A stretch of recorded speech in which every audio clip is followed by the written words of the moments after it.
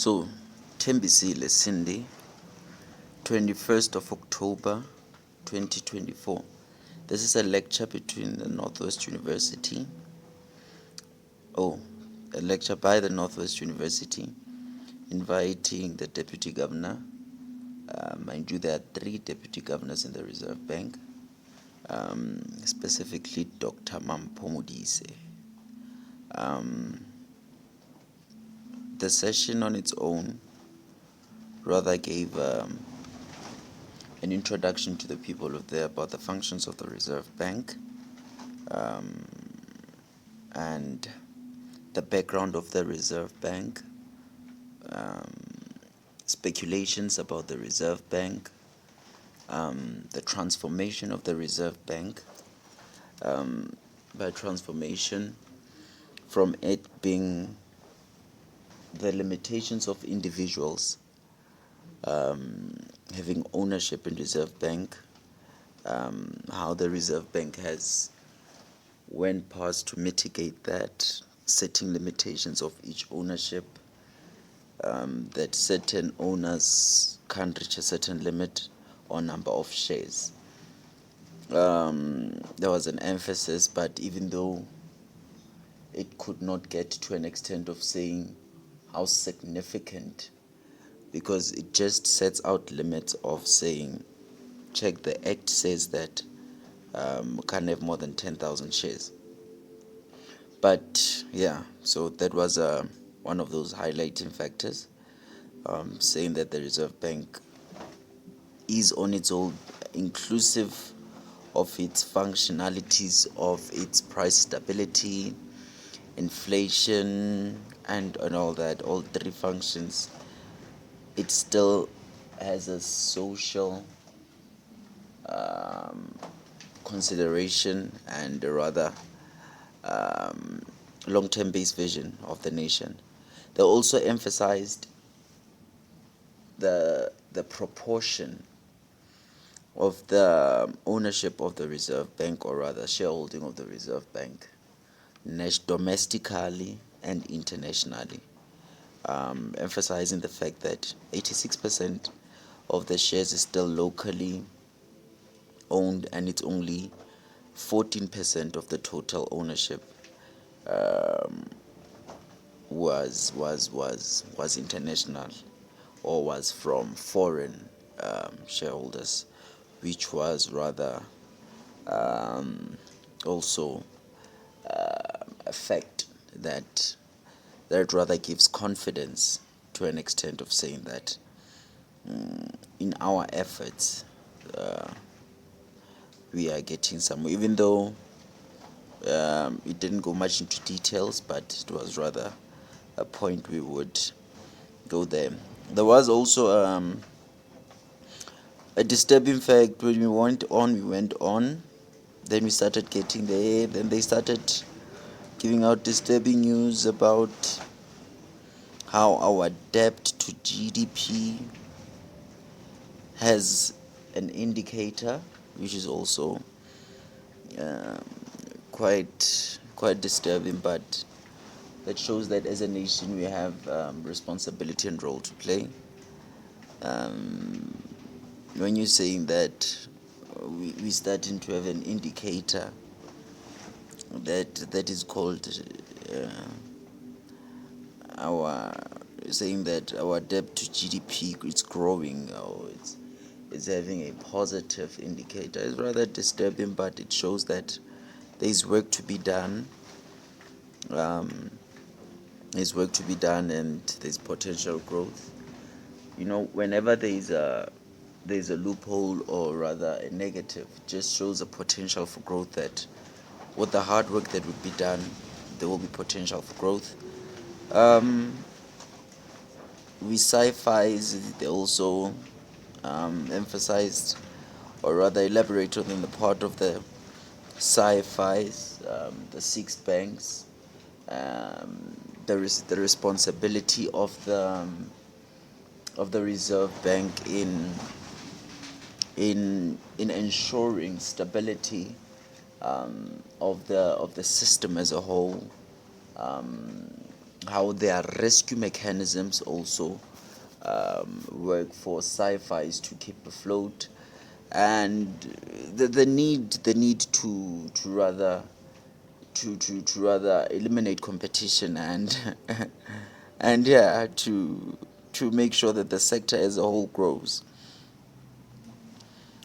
And then yeah, it was rather a beautiful lecture. Amongst the questions that came up, um, my questions, I asked a question with regards to the Central African Central Bank. Her response to that was rather if there's stability and we're able to to create a positive momentum as a nation internally, and us going to other countries would, or rather approaching the continent, would be in the same effect and momentum, and the same effect and momentum would be focused also to industries or sectors. So that would mean even in the focus and momentum that would be keeping internal as a country, we would go to the rest of the continent considering the strengths of each country. So you say a country that is strong with oil, or a country that is strong with, you would say, another mineral, say diamond or whatsoever. Her emphasis went in saying that obviously our direction towards creating an internal or an African central bank would also be inclusive of such considerations and factors in in making sure that we rather become progressive and we grow, instead of just having institutions that just politic for the sake of being there. And because when we're saying that we are erecting ACB, African Central Bank, to an extent we must be able to stand hand in hand and do beyond what the ECB does. You understand? Tomorrow we must, when we're saying there's an ACB, and in comparison it must be able to create a function that is competitive with regards to the functions and responsibility of the ECB. You know, striving to take the continental economy, or the ease of money being able to play a role in the lives of the people in the continent or the other countries. So it was rather a beautiful session. It was rather a beautiful session. Amongst all the questions, there was a question on the also asked the question with regards to asked the question with regards to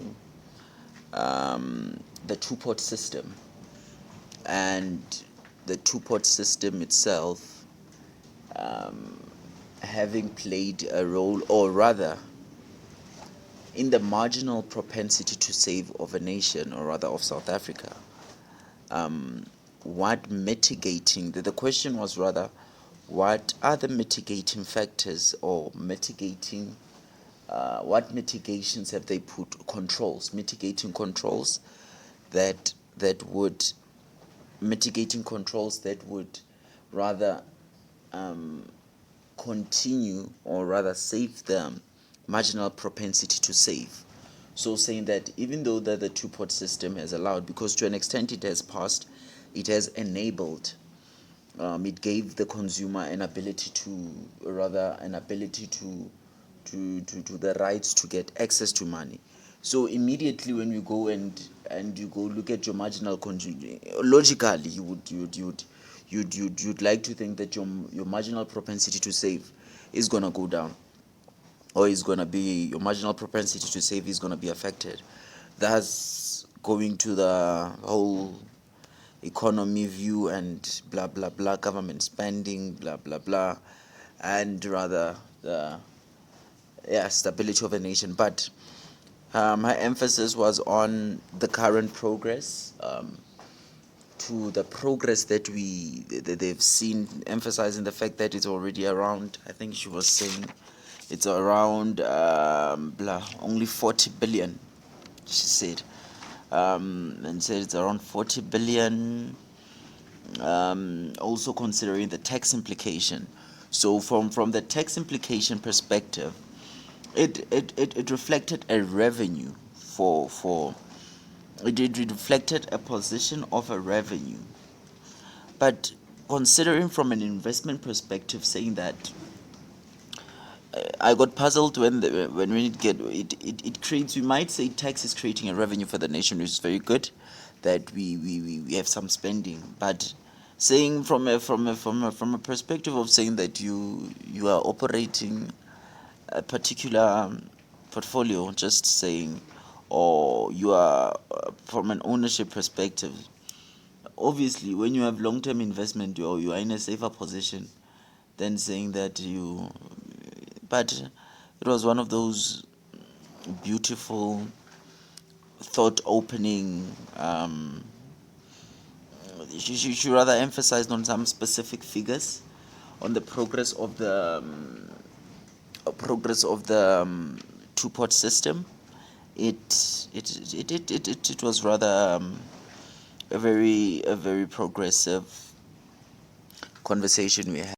Her response to my questions, obviously, there was a very deliberate, and amongst other questions and everything, she rather played a very important role in opening an eye on the and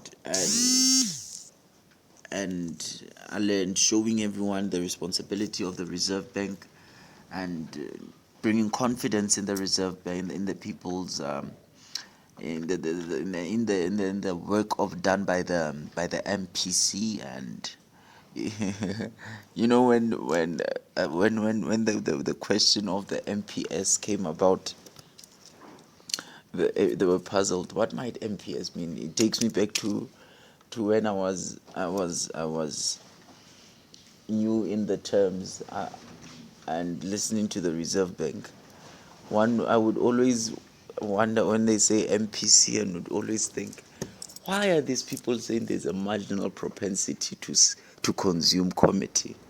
Only to find out on the later stage it was a monetary policy committee. So the same narrative and logic was what was happening. MPC, what might MPS mean? So yeah, so that was just in the light of MPS, MPC, that the marginal propensity to save, the marginal propensity to consume, monetary policy committee. But otherwise, it was a very beautiful session, and informative,